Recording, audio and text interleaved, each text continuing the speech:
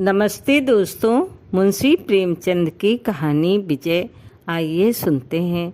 शहजादा मसरूर और मलिका मखमूर दोनों शादी करके काफ़ी खुश रहने लगे। मसरूर गाय चराता और खेत जोता तो वही मखमूर खाना पकाती और चरखा चलाती। इस तरह दोनों मिलजुल कर अपना जीवन चलाते थे। दोनों अपनी इस शादीशुदा जिंदगी से काफ़ी खुश थे। उनके जीवन में कोई फिक्र या परेशानी नहीं थी, लेकिन जैसे हर दिन एक जैसा नहीं रहता, उसी तरह उनके भी दिन बदलने लगे। इसका कारण था कि मसरूर के दरबार का नज़रबंद सदस्य बुलहवस खां एक फसादी आदमी था, जिस वजह से उसे दरबार से नज़रबंद किया गया था। अब वो धीरे धीरे मलिका मखमूर का खास बन गया। मलिका अपने सभी सलाह उसी से लेने लगी। उसके पास एक हवाई जहाज़ था, जिस पर बैठकर वो महज कुछ ही मिनटों में हजारों मील दूर दुनिया की सफ़र करता और खबर लाता था। कभी कभी मलिका भी उस जहाज़ में बैठकर दूसरे देश की सैर करती थी। बुलहवस कहता था कि बादशाह को अपना साम्राज्य अन्य देशों में भी फैलाना चाहिए। उन्हें दूसरे देशों पर कब्जा करके धन कमाना चाहिए। इसी तरह की नई बातें करके वो मलिका के कान भरता और मलिका भी उसकी बातों को ध्यान से सुनती। धीरे धीरे मलिका के मन में भी बुलहवस की बातें घर कर गईं और उसे अभी अपना सुखी जीवन परेशान करने लगा। मगर मसरूर एक शांत प्रिय व्यक्ति था। धीरे धीरे दोनों पति पत्नी के बीच कलह बढ़ने लगी और उनके रिश्ते में सिर्फ संदेह रह गया। इतना ही नहीं, उसके कुछ दरबारी भी उसका विरोध करने लगे। इन सबसे परेशान होकर एक दिन उसने सारी सल्तनत मलिका के हवाले कर दी और खुद एक पहाड़ी इलाके में जाकर छिप गया। इस बात को वर्षों गुजर गए। अब मलिका अपने सल्तनत की रानी थी। दूसरे देशों पर कब्जा करने के लिए उसने एक बड़ी सेना तैयार कर ली थी, जिसे लेकर उसने कई पड़ोसी मुल्कों पर आक्रमण किया और उन्हें लूटा भी। वही इन सब के बीच उसके सल्तनत में अब पहली जैसे शांति नहीं थी। उसके लोग आपस में ही एक दूसरे के विरुद्ध हो रहे थे। इन्हीं में से एक था करण सिंह बुंदेला। उसकी अपनी ही एक अलग फौज थी जो मलिका के कारनामों के खिलाफ था। उसकी फौज कोई हथियारबंद सेना नहीं, बल्कि गाने बजाने वाले लोगों से भरी हुई थी। एक दिन करण सिंह बुंदेला की फौज ने मलिका के महल में चढ़ाई कर दी। मलिका को लगा कि वो इन्हें आसानी से हरा देगी। यही सोचकर मलिका ने करण सिंह के काफिले पर हमला करने के लिए अपनी सेना भेजी। उसकी सेना ने जब वहां पहुंचकर करण सिंह और उसके काफिले के गीत सुने तो उनके दिमाग पर एक नशा छाने लगा। जिसने भी उनका गीत सुना नशे में खोकर बेहोश हो गया। मलिका दूर से ये सारा नजारा बस देखे जा रही थी। फिर उसने खुद वहां पर जाने का फैसला किया, लेकिन मलिका का हाल भी उसकी सेना जैसा ही हुआ। उन गीतों की आवाज़ सुनते ही वो भी मदहोश होकर बेहोश हो गई। उसके बाद करण सिंह शाही महल में पहुंचता है और अपना गीत गाना बंद कर देता है। जैसे ही उसका गीत बंद होता है, मलिका होश में आती है और उसने करण सिंह से फिर से वही राग सुनाने की इच्छा जाहिर करती है। मलिका के साथ ही होश में आए उसके सिपाही ने भी अपना मत देते हुए कहा कि उन्हें भी वही राग सुनना है। उन्हीं के सल्तनत में सूबेदार लोचन दास भी रहता था। जब उसे करण सिंह के विजय की खबर मिली तो उसने भी विद्रोह करने की ठानी। वो भी अपनी फौज लेकर राजधानी में आ गया। मलिका ने भी अपने सैनिकों को युद्ध करने के लिए तैयार रखा हुआ था, लेकिन इस बार भी यही यही हुआ। बंदूक और तलवार जैसे हथियारों से बंधे उसके सैनिक सूबेदार लोचनदास की सर्कस करने वाली फौज के सामने एक पल भी नहीं टिके।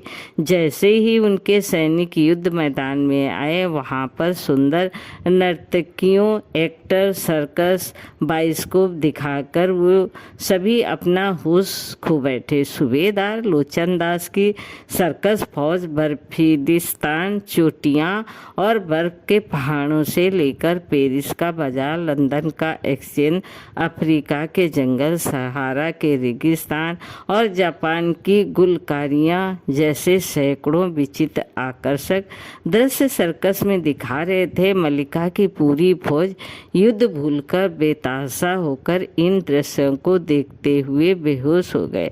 यहाँ तक कि मल्लिका भी बेहोश हो गई। वही लोचनदास अपनी विजय की हुंकार लगाते हुए जब शाही महल में आया तो मल्लिका और उसके सिपाही होश में आए। एक बार फिर से उन्होंने लोचनदास से वही तमाशा देखने की इच्छा जाहिर की। इसी तरह अपनी दूसरी हार देखकर मल्लिका मखमूर को बहुत दुख हुआ। वो पूरा दिन सोचती रहती थी कि अगर इसी तरह चलता रहा तो एक दिन उसका सारा राज उसके हाथ से निकल जाएगा। इन हालातों के लिए वो शाह मसरूर को कोसती भी थी। उसका सोचना था कि अगर मसरूर इस तरह सल्तनत से न जाते तो आज उनकी ऐसी दशा नहीं होती। इसके बावजूद भी मल्लिका में ठाना कि वो अपनी सल्तनत को बचाने के लिए मसरूर की मदद नहीं लेगी। मल्लिका जब भी उन आकर्षक गीतों को सुनती और मनमोहक सर्कस के दृश्यों को देखती तो उसे अपनी सल्तनत की खबर नहीं रहती। वो सब कुछ भूलकर बस आनंद महसूस करती थी। एक दिन बुलहवास खान ने लिखा कि उसे उसके दुश्मनों ने घेर लिया है और वो चारों तरफ से हमला कर रहे हैं। बुलहवस खां के संदेश का मल्लिका पर कोई असर नहीं हुआ। मल्लिका और उसकी फौज गाने सुनने और दृश्य देखने में ही व्यस्त थी। इतने में दो सूबेदारों ने फिर से बगावत कर दी। इस बार मिर्जा शमीम और रसराज सिंह ने मिलकर राजधानी पर हमला किया। मल्लिका की फौज में अब न पहले जैसी वीरता थी और न ही सल्तनत को बचाने की आग। गाने बजाने और सैर तमाशे ने उन्हें आराम से रहने वाला बना दिया था। वही मिर्जा शमीम की फौज के सिपाही भी लड़ाकू नहीं थे। उसके किसी सिपाही के हाथ में फूलों के गुलदस्ते थे तो किसी के हाथ में इत्र की खुशबूदार शीशियाँ थी। पूरे मैदान में बस मनमोहक खुशबू फैली हुई थी। वही दूसरी तरफ रसराज की सेना में किसी सिपाही के पास बर्फी और मलाई की टोकरी थी तो किसी के पास कोरमे और कबाब थे। कोई खुबानी और अंगूर लिए खड़ा था तो कोई इटली की चटनी और फ्रांस की शराब। मल्लिका की फौज जैसे ही मैदान में आती है वहाँ मिर्जा शमीम की सुगंधित खुशबू सूंघते ही मदहोश हो जाती है।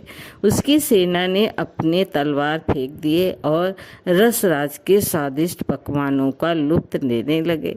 इस बार उसकी फौज का हाल भिखारियों जैसा हो गया था जो तरह तरह के खाने के लिए अपना हाथ फैलाए मांग रही थी। सब कुछ खाने के बाद उसकी फौज वहीं पर बेहोश होकर ढेर हो गई। यही हाल मल्लिका का भी था।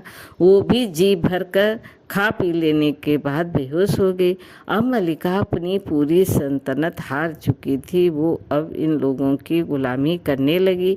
कभी करण सिंह के दरबार में हाजिर लगाती तो कभी मिर्जा शमीम की खुशामद करती थी। हाँ, कभी कभी थक जाने या बीमार होने पर अकेले बैठकर घंटों रो लेती थी।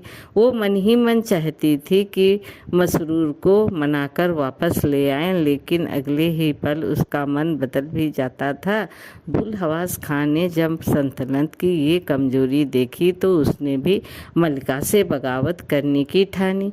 उसकी फौज ने अगले अगले ही पल में मल्लिका की फौज को हरा कर उसे बंदी बना लिया। गिरफ्तार करने के बाद मल्लिका को एक कैद खाने में बंद करवा दिया गया। अब वो किसी का सेवक नहीं था, बल्कि खुद मल्लिका का स्वामी बन गया था। जिस कैद खाने में मल्लिका को कैदी बनाया गया था वो काफ़ी विचित्र था। वो कैद खाना इतना लंबा चौड़ा था कि वहाँ से कोई बाहर भाग नहीं सकता था। वहाँ पर कोई पहरेदार नहीं थे, न ही कैदी के हाथों पैरों में कोई बेड़ियाँ थी। फिर भी मल्लिका अपने पूरे शरीर को तारों से बंधा हुआ महसूस करती थी। वो उस कैद खाने में अपनी इच्छा से हिल भी नहीं सकती थी। कैद खाने में दिन के समय वो ज़मीन पर मिट्टी के घरौंदे बनाती थी और उन्हें महल की तरह समझती थी। पत्थरों के टुकड़ों को गहनों की तरह पहनती और कहती कि उसके सामने हर तरह के हीरे जवाहरात फीके हैं। ऐसे ही कई दिन गुजर गए। मिर्जा समीम, लोचनदास सभी उसे हर वक्त घेर कर रखते थे। उन लोगों के मन में डर भी था, कहीं वो कैद में रहते हुए भी शाह मसरूर तक कोई संदेह न भेजते। वही मल्लिका भी उस कैद से निकल भागने की सोचने लगी। एक दिन मल्लिका बैठी बैठी सोचने लगी कि जो पहले उसके इशारे पर नाचते थे अब वही उसके मालिक बन गए। वो जैसा चाहते हैं उसे वैसे ही अपने इशारों पर नचाते हैं। उसे अब अफसोस होने लगा था कि उसे शाह मसरूर की बात मान लेनी चाहिए थी। वो दिन रात बस इस कैद खाने से भागने और शाह मसरूर से मिलने का सोचती रहती। इसके बाद उनकी हर बात मानने की भी कसम खाती। खुद को कोसती कि उसके इस नमक हराम बुल हवास खां की बातें क्यों सुनी। यही सब सोचते सोचते मल्लिका रो रही थी कि अचानक उसने अपने सामने एक हंसी के लिए चेहरे वाला पुरुष देखा जिसने सादे कपड़े पहने हुए थे। मल्लिका ने आश्चर्यचकित होकर उससे पूछा, आप कौन हैं? मैंने आपको पहले यहाँ नहीं देखा। पुरुष, मैं इसी कैद खाने की देखरेख करता हूँ, लेकिन मैं यहाँ बहुत कम आता हूँ। जब किसी कैदी की तबीयत खराब होती है तो उसे यहाँ से निकालने में मदद करता हूँ। मल्लिका ने फिर पूछा, आपका नाम क्या है? पुरुष ने जवाब दिया, संतोख सिंह। मल्लिका, क्या आप मुझे इस कैद से बाहर निकाल सकते हैं? संतोख, हाँ निकाल सकता हूँ, लेकिन इसके लिए आपको मेरी बताई बातों को मानना होगा। मल्लिका, मैं आपके सारे हुक्म मानूंगी। खुदा के लिए मुझे बस यहाँ से बाहर निकाल दे, मैं पूरी उम्र आपकी सुख गुजार रहूँगी। संतोख, आप कहाँ जाना चाहती हैं? मल्लिका, मुझे शाह मसरूर से मिलना है। क्या आपको पता है कि वो कहाँ रहते हैं? संतोख, हाँ मुझे पता है, मैं उन्हीं का नौकर हूँ, उन्होंने ही मुझे इस काम पर रखा है। मल्लिका, तो मेहरबानी करके मुझे यहाँ से निकालें और मुझे उनके पास ले चले। संतोख, ठीक है, तो पहले तुम्हें ये रेशमी कपड़े और सोने के जवाहरात उतार कर फेंकने होंगे। बुल हवस ने इन्हीं जंजीरों से तुम्हें जकड़ा हुआ है। जो भी सबसे मोटा कपड़ा हो बस वही पहन लो। तुम्हारे पास जितनी भी इत्र की शीशियाँ हैं सब तोड़ दो। मल्लिका ने ठीक वैसा ही किया जैसा संतोख ने करने के लिए कहा। इतने में वहाँ पर बुल हवास खां आया। रोते हुए कहने लगा, मेरी मालकिन मल्लिका, मैं आपका गुलाम हूँ, आप मुझसे नाराज़ हैं? मल्लिका ने उसकी तरफ देखा और गुस्से में मिट्टी के बनाए घरौंदों को पैरों से गिरा दिया। इसके बाद बुल हवस के शरीर का एक एक अंग कटकर जमीन पर गिरने लगा। अगले ही पल में वो जमीन पर गिरा और मर गया। ये देखकर संतोख ने कहा, मल्लिका, क्या तुमने देखा? तुम्हारा दुश्मन कितनी आसानी से खाक में मिल गया। मल्लिका, काश मैं ये बहुत पहले करती तो आज ऐसी कैद में नहीं होती, लेकिन मेरे अभी और भी दुश्मन हैं। संतोख, चलो करण सिंह के पास चलते हैं। जैसे ही वो अपना गीत गाना शुरू करे तुम बस अपने कानों पर हाथ रख लेना। मल्लिका करण सिंह के दरबार में गई। उसे देखते ही दरबार में चारों तरफ से गाने की धुन बजने लगे। मल्लिका ने तुरंत अपने दोनों कानों को बंद कर लिया। इतना करते ही करण सिंह के दरबार में आग लग गई। उसके सारे दरबारी जलने लगे। ये सब देखकर करण सिंह दौड़ता हुआ मल्लिका के पैरों में गिर पड़ा और बोला, इस गुलाम पर रहम करें मलकिन, अपना कानों पर से हाथ हटा ले वरना मेरी जान जा सकती है। मल्लिका, ठीक है, लेकिन मेरी शर्त है कि फिर कभी तू बगावत नहीं करेगा। तभी करण सिंह ने संतोष सिंह की तरफ गुस्से में देखा और उसे कोसते हुए दरबार से भाग गया। इसके बाद संतोष सिंह ने मल्लिका को लोचन दास के पास जाने के लिए कहा। उसे समझाते हुए कहा कि जैसे ही वो अपने करिश्मे दिखाना शुरू करें तुम अपनी आंखें बंद कर लेना। फिर मल्लिका लोचन दास के पास गई। मल्लिका को दरबार में देखते ही लोचन ने अपने सर्कस के कारनामे दिखाने शुरू कर दिए। इतने में मल्लिका ने अपनी आंखें बंद कर ली। ऐसा देखकर लोचन दास मल्लिका को सर्कस दिखाने के लिए उकसाने लगा, लेकिन मल्लिका ने अपनी आंखें न खोली। फिर वो कांपता हुआ मल्लिका के सामने आया और हाथ जोड़कर बोलने लगा, मालकिन कृपा अपनी आंखें खोलें और मुझ पर रहम करें। अगर मुझसे कोई गलती हुई है तो उसे माफ़ करने का एहसान करें। उसकी बातों को सुनकर मल्लिका ने कहा, ठीक है, मैंने तेरी जान बख्श दी है, लेकिन अब फिर कभी यहाँ पर सिर उठाकर न चलना। लोचन दास ने मल्लिका की बातें सुनते ही उसका शुक्रिया किया और वहाँ से अपनी जान लेकर भाग खड़ा हुआ।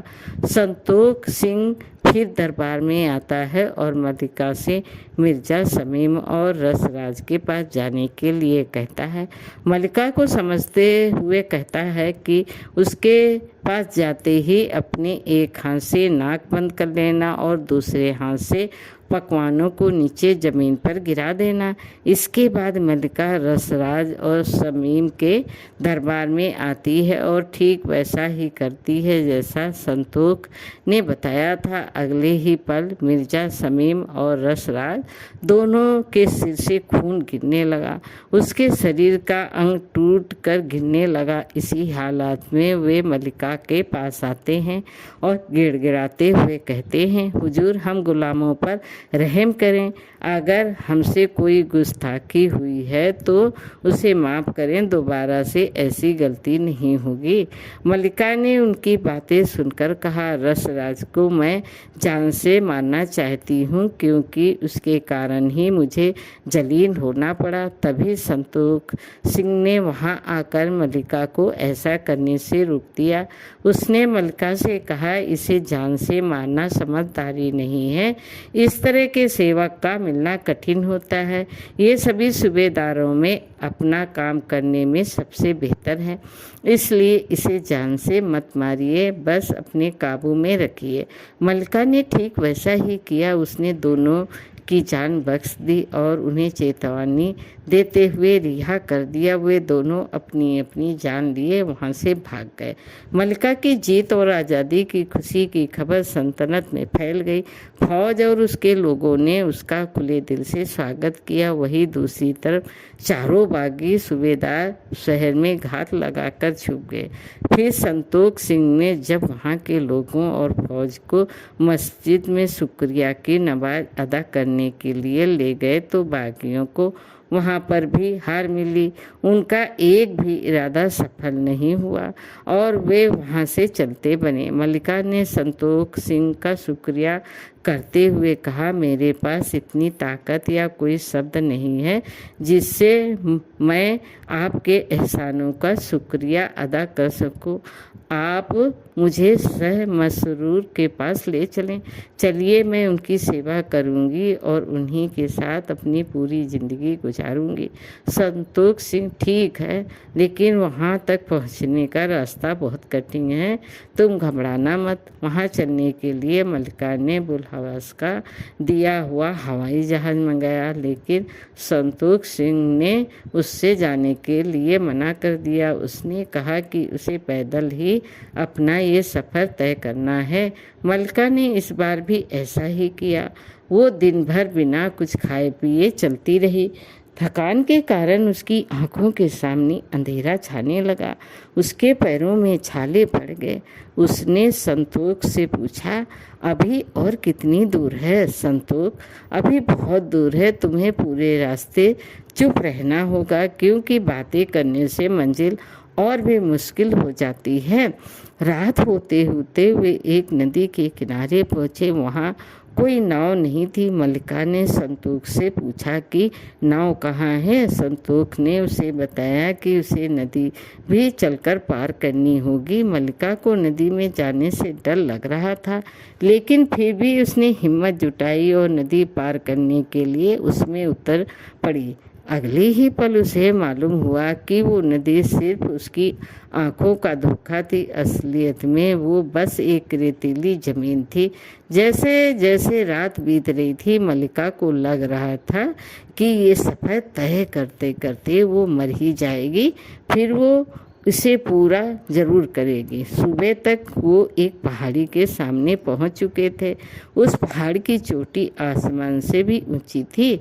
संतोष सिंह ने मल्लिका से कहा कि शाह मसरूर इसी पहाड़ी की सबसे ऊंची चोटी पर है। फिर उससे पूछा, क्या तुम इस पर चढ़ सकती हो? मल्लिका ने हिम्मत दिखाते हुए कहा, हाँ, मैं चढ़ने की पूरी कोशिश करूँगी। इसके बाद वो तेजी से उस पहाड़ पर चढ़ने लगी। पहाड़ के बीचों बीच आकर वो थक गई और वहीं पर बैठ गई। तभी फिर से संतोष सिंह ने उसे कहता है कि एक बार फिर से ऐसी हिम्मत करो। उसकी बातें सुनकर मल्लिका फिर से हिम्मत बांधती है और फुर्ती दिखाते हुए पहाड़ पर चढ़ने लगती है। जब वो पहाड़ की सबसे ऊंची चोटी पर पहुंच जाती है तो वहाँ की शुद्ध हवा में सांस लेते हुए उसे एक नई जिंदगी पाने जैसा एहसास होता है।